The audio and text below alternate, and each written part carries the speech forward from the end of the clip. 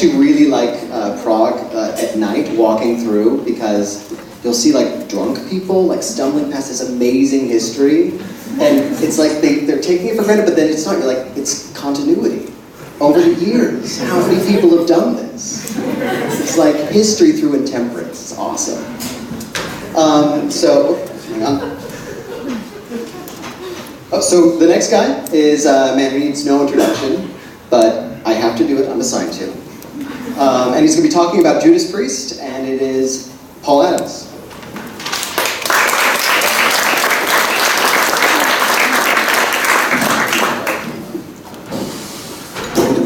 Breaking the law. All right, so history through intemperance is phenomenal. I think that's what I'm going to like. That's what's going to be written on my gravestone.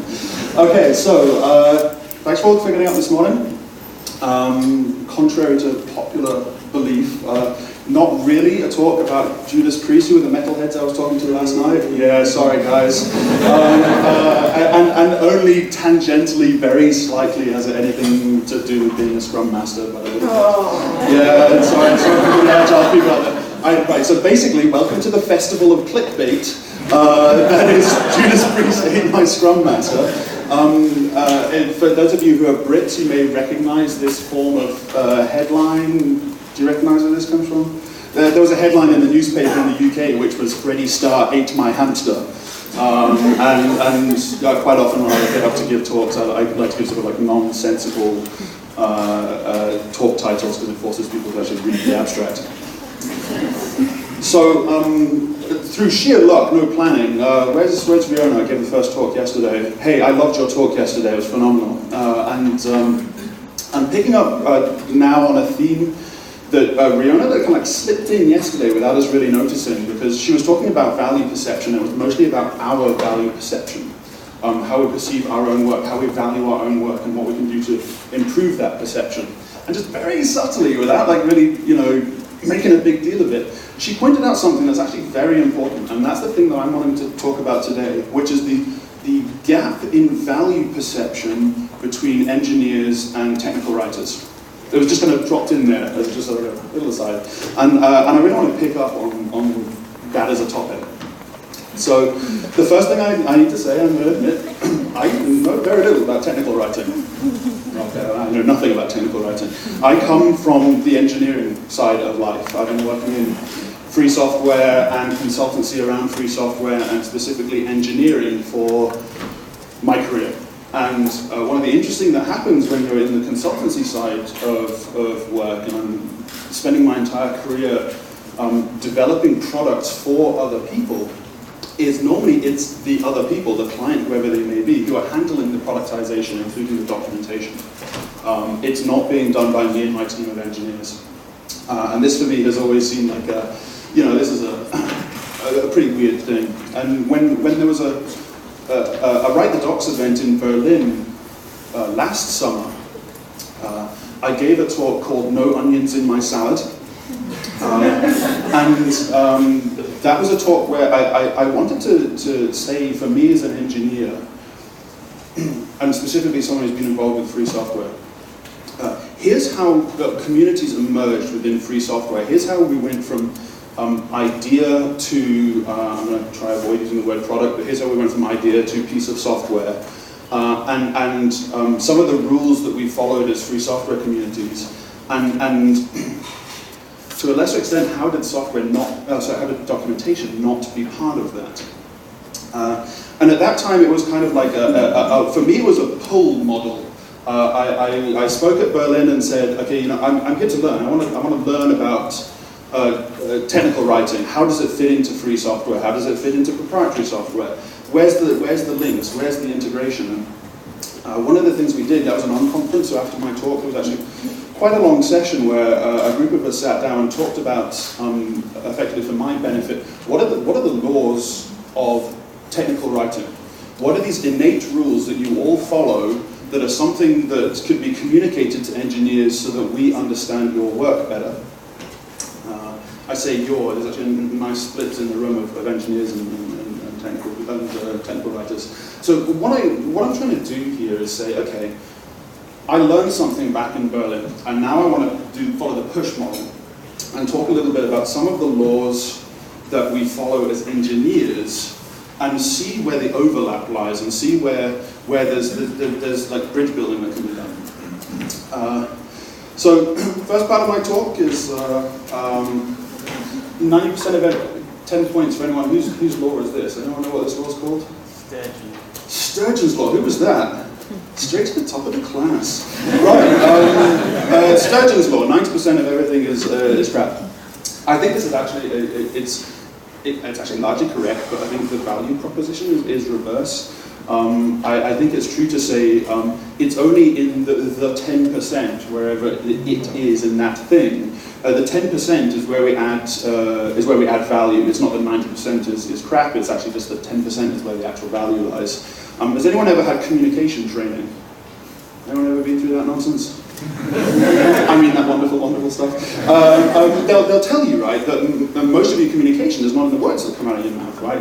It's actually in your body language, right? It's in that 10%. And that's true for, and I learned this in Berlin, this is true for documentation in a way, right? A lot of it's in the tone of the documentation and how that tone communicates the wishes and the means of the organization behind it. And to a certain extent, that's true of software as well. So, like I said, I came from the engineering background, and my history in free software is I always get in trouble when I call myself a community manager. When people think of community management, if a community manager to you is a master manipulator of social media, put your hand up. Okay, right, good. Right, okay, right, there's a couple who are willing to admit it. Okay, so the perception of community management has kind of improved somewhat. Once upon a time, it really was seen as, you know, the kind of like, who sees it as just cat herding? Okay, right, there's a few more people willing to admit that. Okay, it is. I mean, there's more to it, that's a very reductionist view, but it is basically cat herding. The reason I say I don't see myself as a community manager is because I always approached community management from actually the standpoint of classical management. I looked at it from the perspective of I have all these, I hate to call them resources, but I have all these wonderful resources and I know what I want to achieve. How can I help them get from there to there? And to the more classical approach, of course, most community management is based on the premise, if we keep everyone happy and informed, then they will do good work. That's perfectly true. The problem is making sure you still hit the target. And so, once upon a time when I used to be respectable and I was doing a PhD, I produced lots of things like this. So for one, I can't remember which project I was studying at this time. Yes, I do, it's KDE PIM. So this is all of the email and calendaring and stuff from the KDE project. If you take a look at this, right, if you were a community manager, ignore what it is for a moment. I'm going to tell you what the metric was later. If you just look at this, right, there's very clearly a point, you know, just over on the right-hand side here. Shit went down, right? And if no one was paying attention to that, I say shit went down. I didn't tell you what the metric is. Maybe something amazing happened. What we're actually looking here is, there's a giveaway in the top right-hand corner. So this is the number of contributors per day to KDE PIM. Now, imagine you're now involved in community management and you're seeing this steady growth and you say, wow, what a wonderful community manager I am. And then you get to the far right-hand side of this and you're like, oh crap, I'm fired. Right? For a long time, people weren't doing this kind of thing. I called myself a community manager, and the actual community managers hated me for it. Because, you know, it takes both sides. The people who are sort of the social media master manipulators, the cat herders is you know, really important. But if they weren't paying attention to things like this, you know, yeah, people get fired. Imagine if they hadn't noticed, you know, this sudden drop in activity. And so I spent years doing a PhD studying this kind of effect and working out how do you bring classical management into the free software sphere. And one of the things I wanted to look at was how do the laws we have in software engineering, in the classical sense, do they apply to free software? And so now I want to get to, like, do they also apply to technical writing? The thing I learned when I was in Berlin, and I think the thing I took away that was most important is that technical writers share all the same problems in the same way that engineers share all the same problems. Right? You will always hear engineers talking about, not having enough time, or the trade-off between am I going to write the new cool feature that's going to keep us sexy, or am I going to fix that bug which annoys that user? And it only took a couple of days of hanging out with writers for the first time to see that writers, you have a similar set of problems. They're different problems, but you all share similar problems, which was enough to let me know that there were some laws that apply to technical writing just as much as there is that applies to software engineering. As an aside, I said that Berlin was the first time I hang out with technical writers. It's actually not true. Afterwards, come and ask me about the cougars of Mountain View, if you want to know the first time I actually met some technical writers. Okay, so the meat. I want to talk about some of the laws that apply to software engineering. As we get to them, if you could do me a favor, just every time we get to a new one, just a quick show of hands for those. I'm not going to ask each time, but just quick show of hands, let me know who have actually encountered these laws before. Because I'm pretty sure these are so well-known laws of software engineering that even the writers, the non-engineers in the room have almost certainly, you've almost certainly come across these before. Okay, so let's start with Brooks' Law. Okay, right, plenty of people have heard. Just a quick check. Who are only the writers who have heard of Brooks' Law? Okay, so fair few of you. Cool. So Brooks' Law is very simple. Fred Brooks, he wrote this book called The Mythical Man Month. It's actually a collection of papers, and in one of these he posits that if your project's running late, adding people to the project's only going to make it run later. This is tested in reality since the 70s. No one denies this. If you want to come and have the smackdown afterwards and try and deny it, I would love to have a chat with you. This is wholly undeniable. And the reason is if you interpolate from this position, or maybe even extrapolate, one or the other, you actually come to a simple premise of adding people to a project after it has started will slow it down. Right? I think we'd also all accept that. So it doesn't actually matter if the project is late or not. Once it's going, adding people will slow it down. Why? Anyone want to give me one-word answers as to why adding people to projects slow them down? Yes. I heard integration overhead. There was something else on the back. Onboarding. RAM. Yeah, or onboarding. Right. Okay. These are all fancy ways of describing the same thing. Let's just call it ramp up. That's what I normally call it. That's a temporary problem. It may be only slightly slows you down, and you may be able to take effect to get your project back up to speed again, especially when you think of the context of it's now definitely going to be even later.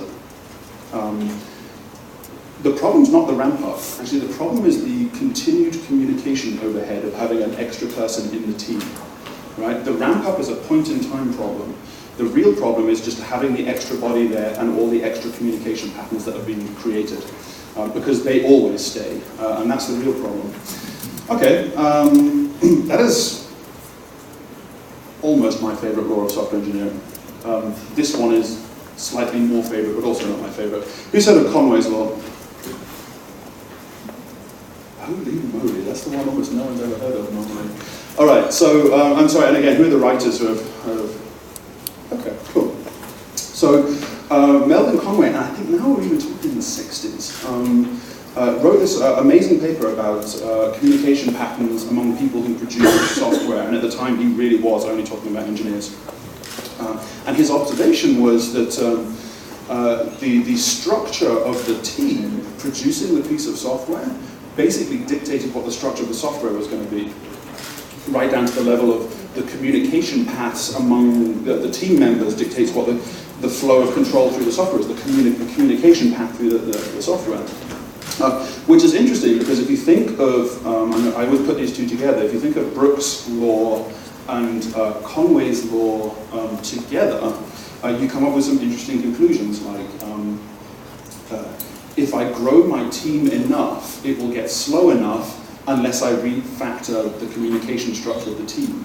Right? So you put these two, put Brooks and Conway together, and you come up with conclusions like, every time I add new people to my team, I have to think about, do I need to restructure my team in order to remain effective? The people very rarely think of them together until someone points out the relationship between them, and then you're like, oh, we keep it out. So this one is my favorite law. Layman's second law of software evolution.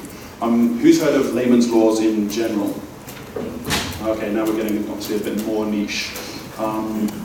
So Manny Layman was a software engineer. He did most of his career, I think, in one of the universities in London.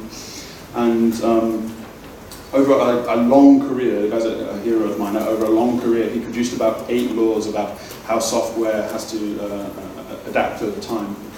His first law, I almost never talk about it, it is the most fascinating because it's the one that's kind of, it seems very matter of fact. So his first law said software must evolve if it's going to remain competitive. Well, I paraphrased, but that's effectively what he was saying. Software must evolve to remain competitive. And that's one of those things where you just say, yeah, of course. But this is a guy who actually did an academic career to actually prove that was the case. After he kind of proved that, he moved on. So we end up in the world of the second law. Here, basically what he's saying was, all of the further laws were kind of like adaptations of the first. So now in the second law, he's saying, okay, we must evolve software in order to keep it competitive. And part of the reason for that is if we don't refactor, if we don't do QA, then quality will drop. The software engineers in the room that had never heard of this law before, put your hand up if you haven't actually experienced this in practice. You haven't. Right? Boom, right? Everyone always experiences this at some point in their career, right? Their software was being developed hard and long enough that refactoring just had to be done because they were effectively making their software worse every time they were adding something new to keep it competitive. But all engineers come to this at some point in their career. Final one before I kind of move on to the actual point of this talk. The Pareto Law, right? This is not a software engineering specific law, right? This is the 80-20 rule. But again, right, it does apply. Again, to the software engineers in the room. Who's never worked on a code base where all of the bugs basically came from one specific design decision? Right? You always have these things where you made a design decision and always very unhelpfully low in the stack, where a thing you did here makes all of this effect up here. And that's the Pareto Law in practice, right? You find 80% of your bugs up here because of the important 20 down here, and normally the hard ones to find as well. It was Linus's law that says, all bugs are shallow within enough eyeballs. It's kind of a corollary to this. Okay, so here's some laws of software engineering. Most of you seem to have at least heard of them, or many of you have even experienced them. Where am I going with this? So, after the talk I gave in Berlin, we had a session where I sat down with some technical writers and said, okay, here are the laws that we kind of abide by. And I'm not going to talk about those laws here, but you only have to follow the Write the Docs Twitter account back a couple of days, and you'll find out where somebody actually wrote a blog post where they actually talked about that session, and in their blog post they talk about the laws that were produced.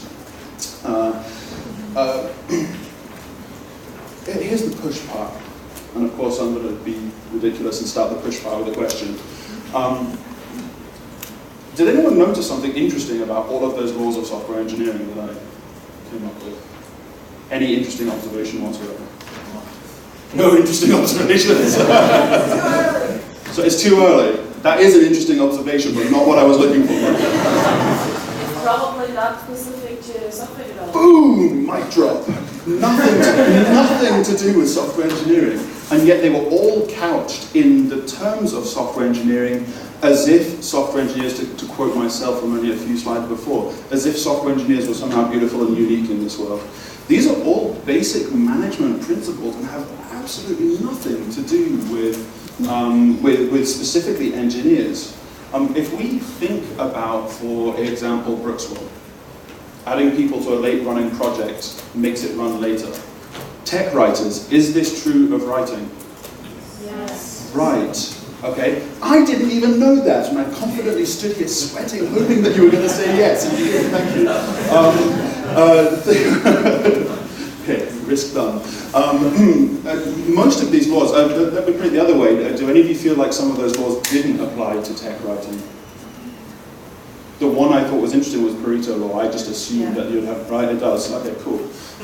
So there's my assumption over. My assumption was that these did just apply as much to tech writing as they do to software. Okay, cool. So now we're in a position where I'm in a position where I learned something in Berlin, and ultimately what I learned in Berlin was that not only do tech writers share problems and engineers share problems, there's a whole heap of problems that we all share together, just like the ones that I just mentioned. The fact that they were couched by software engineers for software engineers is irrelevant.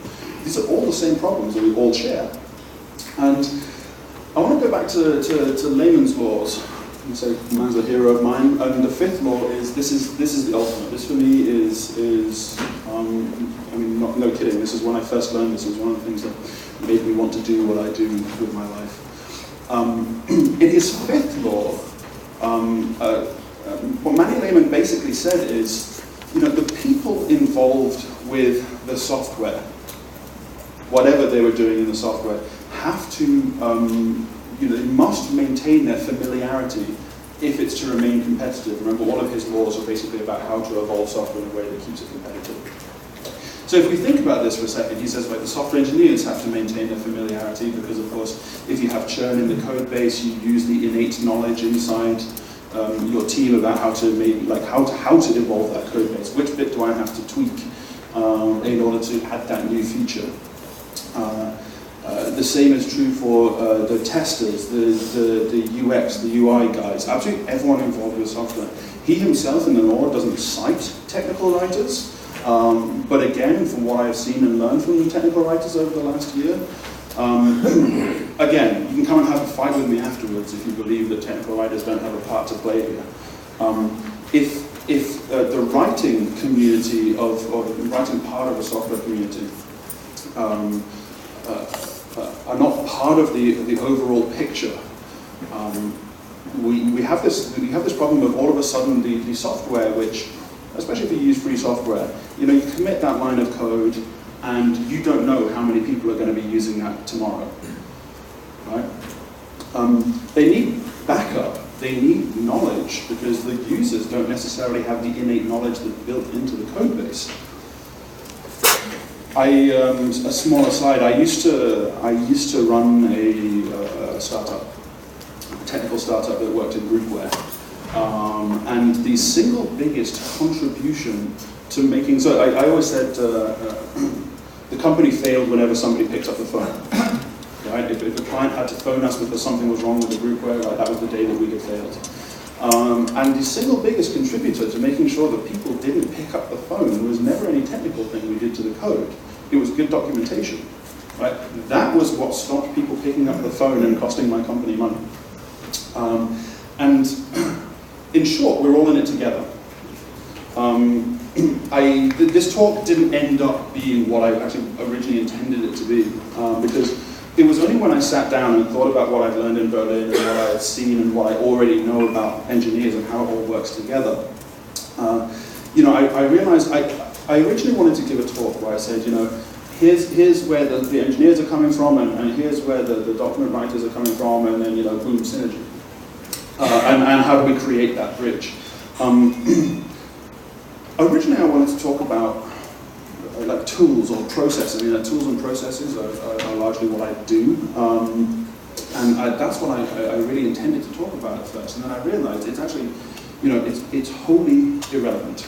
Right? The problem is not tools, it's not processes, because we're already in the mix together.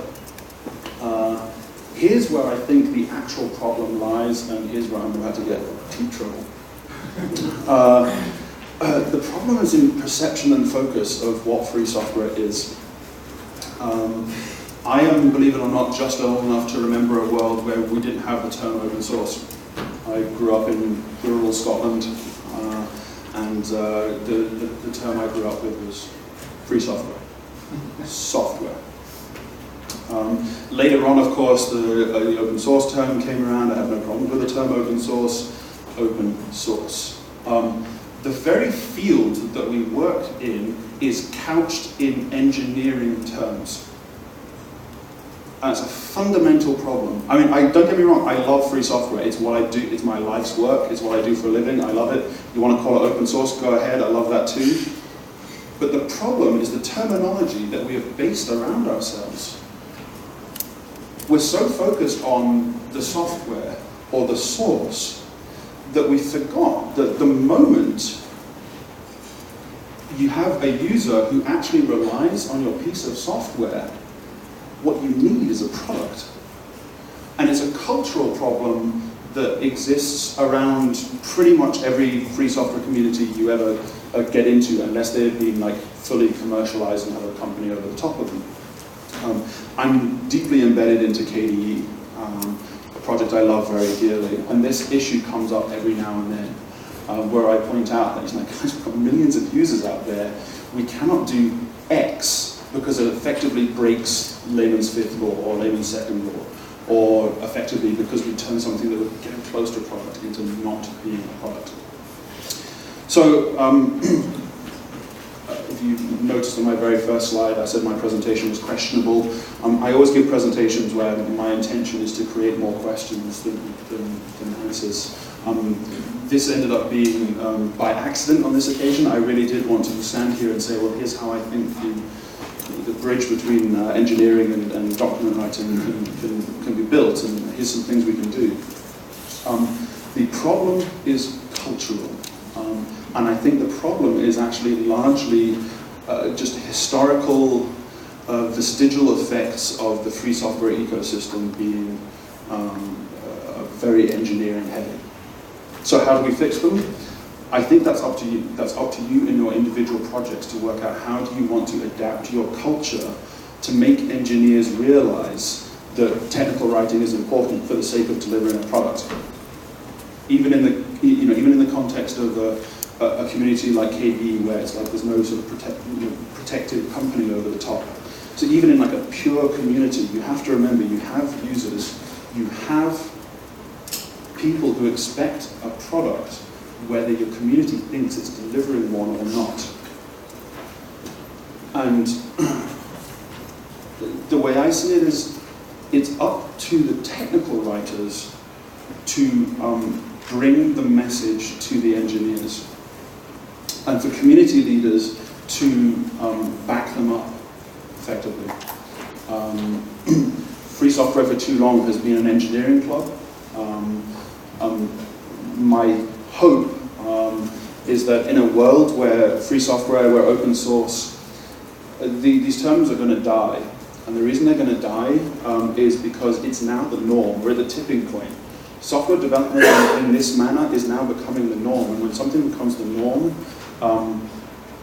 the term kind of dies, right? You don't talk about open source because it's actually just the way things are done. And we're at that tipping point now. We're getting to the point where free software is the way things are done.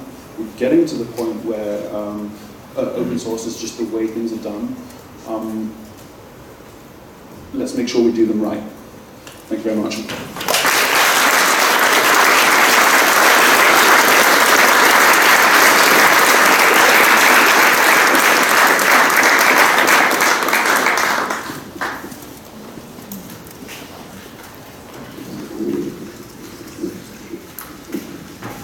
Okay, so we finished 4 minutes early. So Mikey is not here.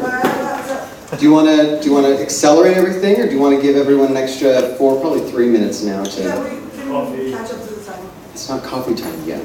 Yeah, we can catch up to the time. All right, cool. So you guys get 13, maybe 12 minutes now. Coffee.